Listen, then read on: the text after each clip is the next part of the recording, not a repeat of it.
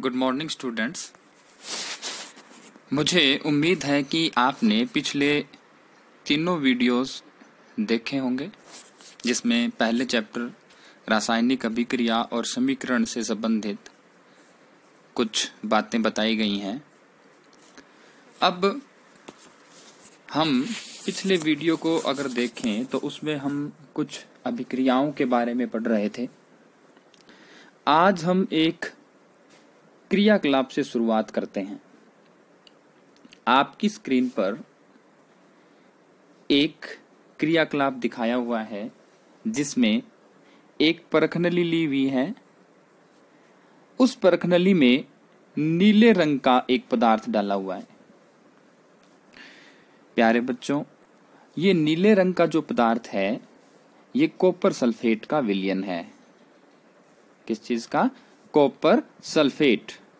Copper sulphate यदि उसमें बिल्कुल भी पानी न हो, बिल्कुल डिहाइड्रेट हो, तो सफेद रंग का होता है, परंतु पानी में घुलने के बाद कॉपर सल्फेट हल्के नीले रंग का विलयन बनाता है, जैसा आप इस स्क्रीन पे देख पा रहे हैं।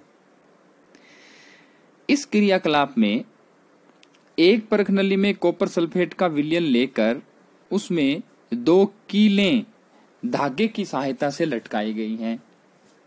अब ये जो कीलें हैं ये किसकी बनी हुई है? लोहे की। कीलें किसकी बनी हुई है? लोहे की। यानी कि यहां हम दो चीजों को आपस में मिला रहे हैं। एक कॉपर सल्फेट का विलयन है और दूसरा लोहे की कील है। ये हमारे प्रैक्टिकल में भी है, हम इसको प्रैक्टिकल के दौरान करेंगे। तो जब ऐसा हुआ तो हम यहाँ एक बात सोच सकते हैं, जो अभी तक हमने रासायनिक अभिक्रिया या समीकरणों को पढ़ते वक्त उसमें हमने ध्यान दिया था कि जब दो चीजों को आपस में मिलाया जाए तो यदि उनमें कुछ अभिक्रिया होती है तो जिनको हम मिला करके अभिक्रिया करवा रहे हैं, जिनमें अभिक्रिया हो रही है, वो कहलाएंगे अभिकारक। इसका मतलब यहाँ पर दो अभिकारक हुए, कॉपर सल्फेट और दूसरा अभिकारक हुआ लोहा। यानी कि लोहे की धातु जब कॉपर सल्फेट के विलयन के साथ अभिक्रिया करती है तो क्या होता है, हम देखेंगे कि क्या हो रहा है। अगर हम ऐसा करके दोनों को मिला करके थोड़ी देर के लिए छोड़ देते हैं तो हम पाते हैं, जैसा आपको स्क्रीन पर दिखाया गया है, कि शुरुआत में कॉपर सल्फेट के विलयन का रंग होता है नीला, और जैसे ही लोहे की कील इसमें लटका करके हम कुछ देर छोड़ देंगे तो आप देखोगे कि कॉपर सल्फेट के विलयन का रंग बदल जाएगा, यानी कि नीले से ऐसा हो जाएगा। यहां इसने दो परखनलियां ली थी। पहली परखनली में इसने लोहे की कील नहीं डाली, जिसमें अभिक्रिया नहीं हुई, उसमें कॉपर सल्फेट के विलयन का रंग नहीं बदला, परंतु जिसमें इसने लोहे की कीलें डाली उसमें विलयन का रंग बदल गया। इस पूरी प्रक्रिया के दौरान क्या होता है कि जब लोहे की कील आप कॉपर सल्फेट के विलयन में डाल देते हो तो दोनों में अभिक्रिया होती है, और अभिक्रिया के दौरान कॉपर सल्फेट का नीला रंग धीरे धीरे पहले तो रंगहीन होता है और उसके बाद धीरे धीरे हल्के हरे रंग में बदल जाता है। अब सोचने वाली बात है कि लोहे की कील डुबोने के बाद कॉपर सल्फेट के विलयन के साथ ऐसा क्यों हुआ। दूसरी बात हम ये भी सोच सकते हैं कि क्या कील पर कोई प्रभाव पड़ा, तो वो भी अवश्य ही पड़ा। क्या प्रभाव पड़ा उसको देखने के लिए भी हमारे पास यहाँ चित्र में, स्क्रीन में दिखाया हुआ है कि लोहे की कील जब विलयन से निकाली गई तो उसके ऊपर एक भूरे रंग की, हल्के भूरे रंग की परत जम गई। यानी कि लोहे पर भी प्रभाव पड़ा और कॉपर सल्फेट के विलयन पर भी। कॉपर सल्फेट के विलयन का रंग कैसा हो गया? मलिन होकर के धीरे धीरे कम नीला होता हुआ, रंगहीन होता हुआ, फिर हल्के हरे रंग में बदल गया, और लोहे की कील के ऊपर भूरे रंग की परत जम गई। अब अगर हम बात करें तो ऐसा हुआ क्यों, यानी कि लोहे की कील का रंग भूरा और कॉपर सल्फेट के विलयन का रंग का नीला रंग जो है वो मलिन क्यों पड़ गया। ऐसा प्रश्न आपके अभ्यास में भी है। इसका उत्तर जानने का प्रयास करते हैं। इसी समीकरण के द्वारा हम लिखते हैं, हमने लोहे की कील डाली ठोस अवस्था में, तो इसलिए हमने लिखा क्या, Fe ब्रैकेट में S। दूसरा, लोहे की कील डाली किसमें, कॉपर सल्फेट के विलयन में, पानी के अंदर कॉपर सल्फेट को घोला था, इसलिए हमने इसको क्या लिखा, CuSO4Aq। और कहता है जब भी क्रिया हुई तो उससे क्या बना, FeSO4 फेरस सल्फेट या आयरन सल्फेट, और साथ में क्या निकला, कॉपर। यानी कि इस अभिक्रिया में दोनों अभिकारक एक दूसरे से अभिक्रिया करके क्या बनाते हैं, दो नए उत्पाद बना रहे हैं। और क्योंकि नया पदार्थ बन रहा है तो रंग में परिवर्तन हो सकता है, जैसा हमने पहले लेक्चर में पढ़ा था। देखने वाली बात यहां क्या है कि वास्तव में यहां क्या हुआ। अगर इस अभिक्रिया को आप थोड़ा ध्यान से देखेंगे तो यहां कुछ ज्यादा बदलाव नहीं हुआ। मुझे एक ही बात लग रही है कि Fe और कॉपर आपस में इनकी अदला बदली हो गई। पहले कॉपर सल्फेट था, यानी कि सल्फेट जो था वो कॉपर के साथ था, और अब सल्फेट जो है वो किसके साथ है, लोहे के साथ है। यानी कि लोहे ने कॉपर को वहां से निकाल दिया और खुद उसकी जगह जुड़ गया, और कॉपर यानी कि तांबा वहां से निकलकर अलग हो गया। अब अगर हम बात करें तो ये एक प्रकार से कुश्ती या कबड्डी जैसा खेल हुआ, जिसमें ज्यादा ताकतवर दूसरे को बाहर निकाल देता है। यानी कि अगर हम इस अभिक्रिया की बात करें तो यहां भी लोहा ज्यादा ताकतवर है, जो किसको बाहर निकाल रहा है, कॉपर को।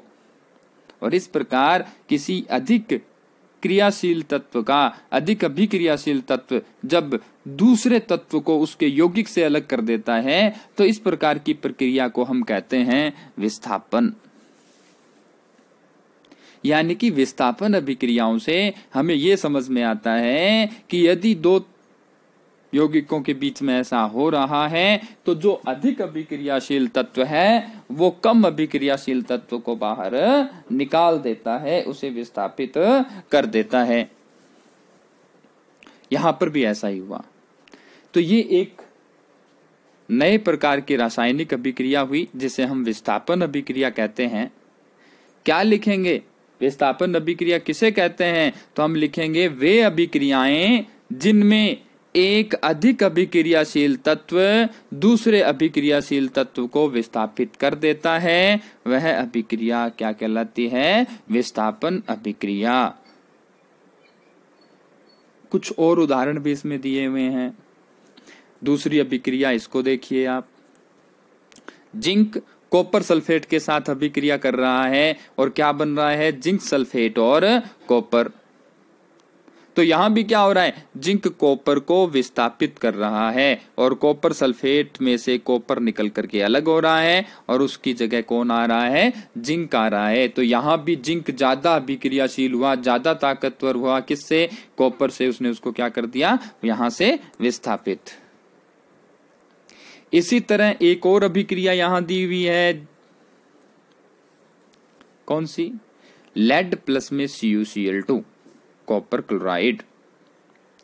लेड कॉपर क्लोराइड और लेड क्लोराइड प्लस में कॉपर। तो यहां भी क्या कर रहा है, लेड कॉपर को विस्थापित कर रहा है और कॉपर अलग हो जा रहा है और वहां पर कॉपर की जगह कौन आ गया, खुद लेड आ गया। इसका मतलब ये भी कौन सा, अधिक अभिक्रियाशील धातु कम अभिक्रियाशील धातु को विस्थापित कर रही है, इसीलिए ये भी कौन सी अभिक्रिया हुई, विस्थापन अभिक्रिया हुई। ये जो तीनों उदाहरण हैं ये विस्थापन अभिक्रिया के उदाहरण हैं। किसे कहते हैं विस्थापन अभिक्रिया, कि जब एक अधिक अभिक्रियाशील तत्व कम अभिक्रियाशील तत्व को उसके यौगिक से विस्थापित कर दे तो हम उसे विस्थापन अभिक्रिया कहते हैं। प्यारे बच्चों, ये तो था विस्थापन अभिक्रिया। अब एक और क्रियाकलाप इसने हमें दिखाया। ये सभी क्रियाकलाप में क्या हो रहा है, एक परखनली में बेरियम क्लोराइड का विलयन ले रहा है। बेरियम क्लोराइड का मतलब हो गया BaCl2, ये बेरियम क्लोराइड। और उसके अंदर बेरियम क्लोराइड का कौन सा सॉल्यूशन, एक्वस सॉल्यूशन, और उसमें मिला रहा है किसके साथ, सोडियम सल्फेट के साथ। सोडियम सल्फेट क्या हुआ, Na2SO4। इस क्रियाकलाप में दोनों विलयन एक्वस है, सोडियम सल्फेट भी क्या है, एक्वस विलयन है। यानी कि यहां अभिक्रिया हो रही है सोडियम सल्फेट और बेरियम क्लोराइड के, दोनों के कौन से विलयन है, एक्वस यानी कि जलीय विलयन है। और कहता है इन दोनों विलयनों को जब आपस में मिलाते हैं, पहले इनका रंग क्या होता है, रंगहीन होते हैं दोनों, कोई ज्यादा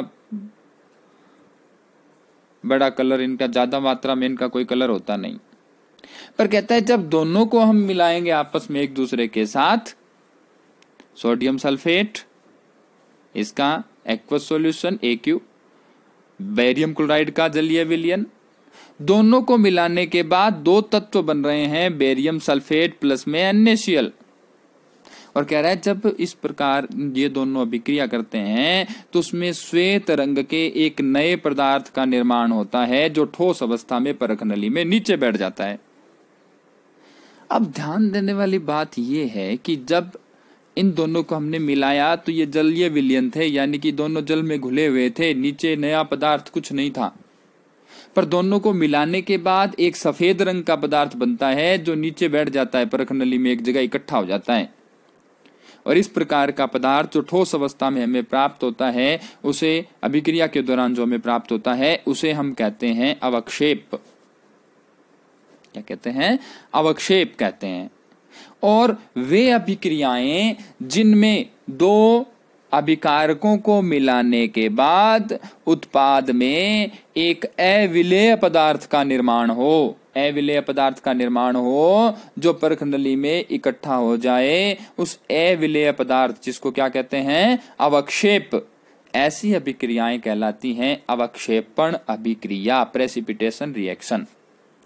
यहां लिखा इसने कि कुछ अभिक्रियाएं जिनमें श्वेत रंग के पदार्थ का निर्माण होता है जो जल में क्या है, अविलेय, घुलता नहीं है, नीचे बैठ जाता है परख नली में, इस अविलेय पदार्थ को क्या कहते हैं, अवक्षेप। और इस प्रकार की अभिक्रियाएं जिनमें अवक्षेप का निर्माण होता है उसे अवक्षेपण अभिक्रिया कहते हैं। अब यहां सोचने वाली बात है कि सफेद रंग का अवक्षेप किसका बना, तो ध्यान से देखो, अभिक्रिया को देखोगे तो आपको समझ में आएगा। सोडियम सल्फेट जलीय था, इसका मतलब जल में घुला हुआ था, इसके तो कोई अवक्षेप नहीं है। बेरियम क्लोराइड भी जल में घुला हुआ था, इसके भी कोई अवक्षेप नहीं है, पहले इसमें कोई ठोस धातु है, कुछ ठोस कोई भी पदार्थ नहीं है। परंतु दोनों को जब आपने मिलाया तो हमें एक तो क्या मिला, बेरियम सल्फेट। अब बेरियम सल्फेट के साथ ब्रैकेट में क्या लिखा है, ठोस। इसका मतलब जो सफेद रंग का पदार्थ बन रहा था, जो अवक्षेप बना, वो अवक्षेप किसका बना, बेरियम सल्फेट का। प्लस में क्या है, NaCl बन रहा है, वो भी क्या है, विलेय है, AQ लिखा है, तो इसका मतलब वो घुला हुआ है। तो ये अभिक्रियाएं कौन सी अभिक्रिया हो गई, अवक्षेपण। प्यारे बच्चों, जब इस अभिक्रिया को हम और अच्छे से देखें, थोड़ा और ध्यान से देखें, तो इसमें एक नई बात भी है। वो क्या है, Na2SO4 की बात करें तो ये आयन देता है विलयन में घुलने के बाद। एक कौन सा आयन, Na पॉजिटिव टाइप के, और दूसरे कौन से, SO4 2 नेगेटिव, यानी कि दो तो Na पॉजिटिव बन जाएंगे और एक क्या बन जाएगा, SO4 2 नेगेटिव आयन बने। इसका मतलब कि जो सल्फेट है, सोडियम सल्फेट, उसमें एक आयन है हमारे पास, कौन सा, सल्फेट। इसी तरह बेरियम क्लोराइड की बात करें तो उसमें भी हमारे पास दो आयन हैं, एक Ba2 पॉजिटिव और दूसरा Cl माइनस, यानी कि Ba2 पॉजिटिव के साथ दो क्लोरीन के आयन जुड़े हुए हैं। तो यहां भी एक आयन हो गया, कौन सा, Ba, और पहले में भी कौन सा आयन हो गया, SO4। Ba प्लस का है, पॉजिटिव धन आयन था, और सल्फेट क्या था, ऋण आयन, और यहां दोनों मिल गए आपस में और क्या बनाया, BaSO4, दोनों जुड़ गए आपस में, Ba और SO4। और बाकी जो दोनों आयन बचे कौन से, Na और कौन सा Cl, वो आपस में जुड़ गए और उन्होंने क्या बनाया, NaCl। यानी कि अगर बात करें तो सोडियम सल्फेट ने अपना एक आयन बेरियम को दे दिया और बेरियम क्लोराइड ने अपना एक आयन सोडियम को दे दिया, यानी कि आयनों का आदान प्रदान हुआ। और जब ऐसी अभिक्रियाएं होती हैं जिनमें दो अभिकारकों के मध्य आयनों का आदान प्रदान होता है, तो उन अभिक्रियाओं को हम द्विविस्थापन अभिक्रिया भी कहते हैं। तो ये अभिक्रिया जो उपरोक्त अभिक्रिया है, एक तो इसमें हमें मिल रहा है, एक उदाहरण तो किसका मिल रहा है, अवक्षेपण अभिक्रिया का, और दूसरा उदाहरण हमें किसका मिल रहा है, द्विविस्थापन अभिक्रिया का। यानी कि ये एक ही अभिक्रिया दो अभिक्रियाओं का उदाहरण है। और वे अभिक्रियाएं जिनमें अभिकारकों के बीच आयनों का आदान प्रदान हो, वो क्या कहलाती हैं, द्विविस्थापन अभिक्रिया। अब अगर यहां देखें कि इसका नाम द्विविस्थापन क्यों है, द्वि का मतलब होता है दो, और विस्थापन का मतलब होता है एक दूसरे को विस्थापित कर रहा है। तो यहां दो बार विस्थापन हुआ। देखिए, सोडियम ने विस्थापित कर दिया बेरियम को, और सोडियम जुड़ करके क्या बना दिया, सोडियम क्लोराइड। इसी तरह मैं कह दूं कि क्लोरीन ने या सल्फेट ने विस्थापित कर दिया, यानी कि ये दोनों भी क्या हो गए, एक दूसरे की जगह विस्थापित हो गए। चाहे क्लोरीन ने सल्फेट को किया, चाहे सल्फेट ने क्लोरीन को किया, और ये क्या बना दिया, बेरियम सल्फेट। तो दो बार विस्थापन हुआ, इसलिए भी द्विविस्थापन। परंतु लिखते वक्त हम क्या लिखेंगे, वे अभिक्रियाएं जिनमें अभिकारकों के बीच क्या हो, आयनों का आदान प्रदान हो, तो वो क्या कहलाती हैं, द्विविस्थापन अभिक्रिया। एक क्रियाकलाप है जिसमें आपको उत्तर देना है कि ये क्या होगा, इसने पूछा है। इस क्रियाकलाप में ये कह रहा है आपके पास क्या है, एक है लेड नाइट्रेट, आपके पास है लेड नाइट्रेट। लेड नाइट्रेट होता है PbNO3 ट्वाइस, ये लेड नाइट्रेट है। इसमें मिलाया इसने क्या, पोटेशियम आयोडाइड। ये लिख रहा है लेड नाइट्रेट किसके साथ मिलाया, पोटेशियम आयोडाइड, और क्या है, विलयन। तो आप इनके ब्रैकेट में AQ लिख सकते हैं साथ, ये दोनों एक्वस हैं। और आपकी जानकारी के लिए बता दूं, दोनों विलयन रंगहीन होते हैं, इनका कोई कलर नहीं होता। कहता है बताइए जब दोनों को मिश्रित करें तो क्या होगा। तो यहां भी जब हम इन दोनों को मिश्रित करेंगे, लेड नाइट्रेट प्लस में Ki पोटेशियम आयोडाइड, तो दोनों को मिश्रित करने पर हमें जो मिलेगा वो मिलेगा लेड आयोडाइड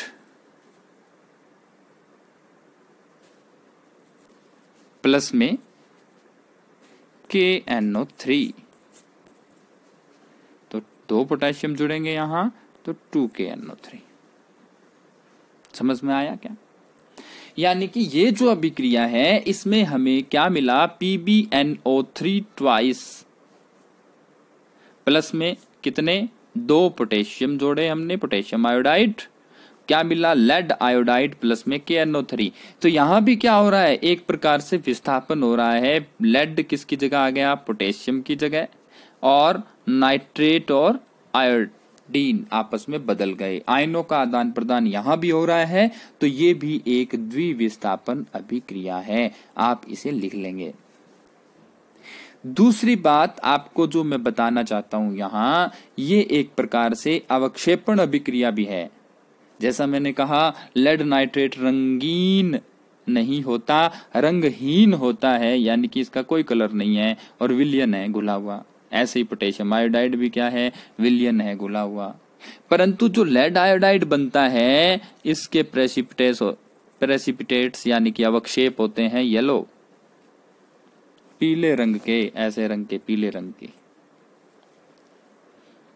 पीले रंग के अवक्षेप होते हैं। यानी कि इस अभिक्रिया में भी अवक्षेप बनते हैं, इसलिए ये भी अवक्षेपण अभिक्रिया का उदाहरण भी है। तो ये जो अभिक्रिया है ये दोनों उदाहरण हो गए द्विविस्थापन और अवक्षेपण। समझ में आया? ये क्वेश्चन पूछता है कि किन्हीं दो अवक्षेपण अभिक्रियाओं के उदाहरण दीजिए या द्विविस्थापन अभिक्रिया के दो उदाहरण दीजिए, तो आप यहां से कर सकते हैं। अगला टॉपिक है एक और एक्टिविटी, ये भी बहुत शानदार एक्टिविटी है, जिसमें ये तिपाई स्टैंड पर चाइना डिश में कॉपर का चूर्ण ले रहा है। कॉपर भूरे रंग का है, लाल भूरे रंग का। चाइना डिश में इसको रख दिया, कॉपर के चूर्ण को, तांबे के चूर्ण को, और कह रहा है इसको हम गर्म कर रहे हैं बर्नर पर हवा की उपस्थिति में। तो यहां दो चीजें हुई। क्या हुआ? हमने कॉपर का तो चूर्ण लिया जैसा स्क्रीन पे दिख रहा है, हवा इसके साथ अभिक्रिया कर रही है, तो प्लस में हवा में कौन है? ऑक्सीजन। वैसे और भी पदार्थ है, परंतु यहां मूलतः कौन अभिक्रिया कर रहा है? ऑक्सीजन। और इसको जब गर्म करते हैं तो कहता है यहां तांबे पर काले रंग की परत चढ़ जाती है, यानी कि तांबा जो भूरे लाल रंग का होता है उसको जब आप गर्म करते हो तो वो काले रंग में बदलने लगता है। ऐसा क्यों? अगर आपसे पूछे कि एक पदार्थ है जिसको गर्म करने पर काले रंग में बदलता है, उस पदार्थ का नाम बताइए, तो हम क्या कहेंगे? कॉपर। एक तो हम ये सीखे इस एक्टिविटी से। आपको कह दे कि कोई पदार्थ एक्स है, कोई पदार्थ एक्स है, उसको ऑक्सीजन की उपस्थिति में गर्म करने पर वो काले रंग के पदार्थ में बदलता है, तो हम क्या कहेंगे? वो एक्स पदार्थ क्या है? कॉपर है। दूसरा, अब ऐसा हुआ क्यों? कह रहा है कि जब कॉपर और ऑक्सीजन आपस में मिलते हैं तो बनता है कॉपर ऑक्साइड। एक प्रकार से ऐसा लग रहा है कि संयोजन अभिक्रिया है, दोनों अभिकारक जुड़ करके यहाँ पर क्या बना रहे हैं? एकल उत्पाद बना रहे हैं। तो एक प्रकार से संयोजन अभिक्रिया का भी उदाहरण हुआ। पर यह विशेष प्रकार की संयोजन अभिक्रिया यहाँ हो रही है। एक प्रकार से क्या बन रहा है? Copper oxide. दूसरा एक और उदाहरण इसने दिया है जिसमें उसी कॉपर ऑक्साइड को वापस ठीक किया जाए कि काला हो गया है तांबा, यदि काला हो गया है ऑक्सीजन के साथ गर्म करने पर, अभिक्रिया करने पर, तो उसको वापस ठीक कैसे किया जा सकता है? तो हमने देखा कि तांबे ने क्या बनाया? Copper oxide. अगर इसी कॉपर ऑक्साइड को, इस काली परत को अगर हम हाइड्रोजन के साथ दोबारा गर्म कर दें तो हमें वापस से वही तांबा प्राप्त होगा जो भूरे लाल रंग का था। साथ में क्या मिलेगा? पानी। यानी कि इसी गर्म पदार्थ के ऊपर अगर हाइड्रोजन गैस प्रवाहित की जाए तो काले रंग की परत वापस किस में बदल जाएगी? भूरे रंग में बदल जाएगी। यानी कि यहां इसमें जो प्रक्रिया हुई, जो ऊपर वाली अभिक्रिया में जो प्रक्रिया हुई, जो कॉपर ऑक्साइड बनने की वजह से जो काला रंग हुआ, वो काला रंग इस दूसरी अभिक्रिया की वजह से वापस कैसा हो गया? भूरा रंग हो गया। यानी कि ये दोनों अभिक्रियाएं एक दूसरे के विपरीत प्रभाव एक टाइप से दे रही हैं। यहां जानने वाली बात क्या है? ऊपर वाली अभिक्रिया को ध्यान से देखें तो यहां कॉपर के पास कोई ऑक्सीजन नहीं था, अकेला कॉपर था, और उत्पाद में कॉपर के साथ एक ऑक्सीजन है। यानी कि यहां ऑक्सीजन की क्या हुई? वृद्धि हुई। और ऐसी अभिक्रियाएं जिनमें ऑक्सीजन की वृद्धि होती है उन अभिक्रियाओं को हम कहते हैं उपचयन। उपचयन, तो ये उपचयन अभिक्रिया है। दूसरी अभिक्रिया को देखें तो इसमें कॉपर के पास ऑक्सीजन थी और वो ऑक्सीजन हट गई, इससे दूर चली गई, और अब अकेला क्या रह गया? कॉपर। ऑक्सीजन किसके पास चली गई? हाइड्रोजन के पास। यानी कि इस अभिक्रिया में ऑक्सीजन का ह्रास यानी कि कमी हुई है, और जब ऑक्सीजन की कमी हो तो उसे हम कहते हैं अपचयन। यानी कि यदि ऑक्सीजन की हो रही है वृद्धि तो वो है उपचयन, और अगर ऑक्सीजन का हो रहा है ह्रास तो वो क्या है? अपचयन। यानी कि ये दो प्रकार की अभिक्रियाएं हो गई, उपचयन और अपचयन। तो क्या लिख रहा है? जब किसी पदार्थ में ऑक्सीजन की वृद्धि होती है तो क्या कहते हैं? इसका उपचयन हुआ, ऑक्सीजन की वृद्धि। और जब ऑक्सीजन, किसी पदार्थ में ऑक्सीजन का ह्रास हो तो उसे क्या कहते हैं, उसका क्या हुआ, अपचयन। तो दो अभिक्रियाएं हो गई यहाँ, कौन कौन सी, उपचयन और अपचयन। तो ये जो ऊपर वाली अभिक्रिया थी ये उपचयन थी, और ये जो अभिक्रिया थी ये क्या थी, अपचयन। इसी प्रकार यदि हम देखें तो एक बात और भी हो रही है इसी अभिक्रिया में, ध्यान से देखो। मैं ऐसे तो कह सकता हूं कॉपर ऑक्साइड का अपचयन हुआ, कॉपर ऑक्साइड से कॉपर बना, यानी कि कॉपर ऑक्साइड में से ऑक्सीजन निकला तो कॉपर ऑक्साइड का तो अपचयन हुआ। परंतु हाइड्रोजन के साथ तो ऑक्सीजन जुड़ा, तो हाइड्रोजन में ऑक्सीजन की वृद्धि हुई, तो इसका क्या हुआ, उपचयन। और कॉपर ऑक्साइड का क्या हुआ, अपचयन। इसका मतलब इस अभिक्रिया में तो दोनों ही हो रहे हैं, उपचयन भी हो रहा है और अपचयन। ज्यादातर अभिक्रियाएं, उपचयन अपचयन अभिक्रियाएं एक साथ ही होती हैं, और जब किसी अभिक्रिया में एक अभिकारक उपचयित और दूसरा अभिकारक अपचयित होता है तो इन अभिक्रियाओं को हम उपचयन अपचयन अभिक्रिया या रेडॉक्स अभिक्रिया कहते हैं। रेडॉक्स क्यों, क्योंकि अपचयन को कहते हैं रिडक्शन इंग्लिश में, अंग्रेजी में। उपचयन को कहते हैं ऑक्सीडेशन, और इन दोनों के पहले कुछ अक्षरों को लिया रेड ऑक्स, तो क्या बना, रेडॉक्स अभिक्रिया, यानी कि जिसमें रिडक्शन और ऑक्सीडेशन, अपचयन और उपचयन दोनों हों, उस अभिक्रियाओं को हम रेडॉक्स अभिक्रिया कहते हैं। कुछ और उदाहरण भी है यहाँ, जैसे जिंक ऑक्साइड का क्या हुआ, अपचयन हुआ, ऑक्सीजन निकल गई इसमें से, और कार्बन का क्या हुआ, उपचयन, इसमें ऑक्सीजन जुड़ गई, तो दोनों हो रहे हैं, तो कौन सा, रेडॉक्स। ऐसे ही मैग्नीज ऑक्साइड, इसमें से ऑक्सीजन निकला, क्या हुआ इसका, अपचयन, ऑक्सीजन का ह्रास। और हाइड्रोजन क्लोराइड, इसमें हाइड्रोजन के साथ ऑक्सीजन जुड़ गई, तो क्या हुआ, उपचयन। तो ये भी कौन सी हुई, उपचयन अपचयन अभिक्रिया। यानी कि पता क्या लगा हमें, पता हमें ये लगा कि ऑक्सीजन की वृद्धि हो तो क्या है, उपचयन। और इसका एक और मामला भी है कि ऑक्सीजन की वृद्धि बोलो या हाइड्रोजन का ह्रास, दोनों एक ही बात है। या तो ऑक्सीजन बढ़ेगी या उसमें से हाइड्रोजन कम होगा, तो भी हम क्या कहेंगे, उपचयन। उपचयन का मुख्य मामला तो ये है, मुख्य बात तो ये है कि ऑक्सीजन की बढ़ोतरी होती है, और अपचयन है ऑक्सीजन का ह्रास। परंतु हम ऐसा भी कह सकते हैं कि उपचयन में हाइड्रोजन का ह्रास होगा, उल्टा, ऑक्सीजन का उल्टा, और अपचयन में हाइड्रोजन की वृद्धि। ऐसे ही कह रहा है कि अगर हम वो जो शुरुआत में हमने पढ़ा, मैग्नीशियम रिबन को ऑक्सीजन की उपस्थिति में हमने जलाया, वहां क्या हुआ, फिर वहां अभिक्रिया हमने पढ़ी Mg जमा में O2 और क्या बना, MgO। तो मैग्नीशियम में ऑक्सीजन की वृद्धि हुई, तो वहां क्या हुआ, उपचयन। क्या हुआ, उपचयन।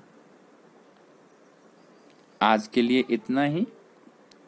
कल हम उपचयन अभिक्रियाओं के कुछ दो प्रभावों को पढ़ेंगे और थोड़ा बहुत उनके बारे में समझने की कोशिश करेंगे। इन सबसे संबंधित आज जितने भी प्रश्न उत्तर हैं वो अभ्यास के आप करके देखेंगे, और उनमें अगर कोई समस्या है तो उसका निदान ले सकते हैं। धन्यवाद।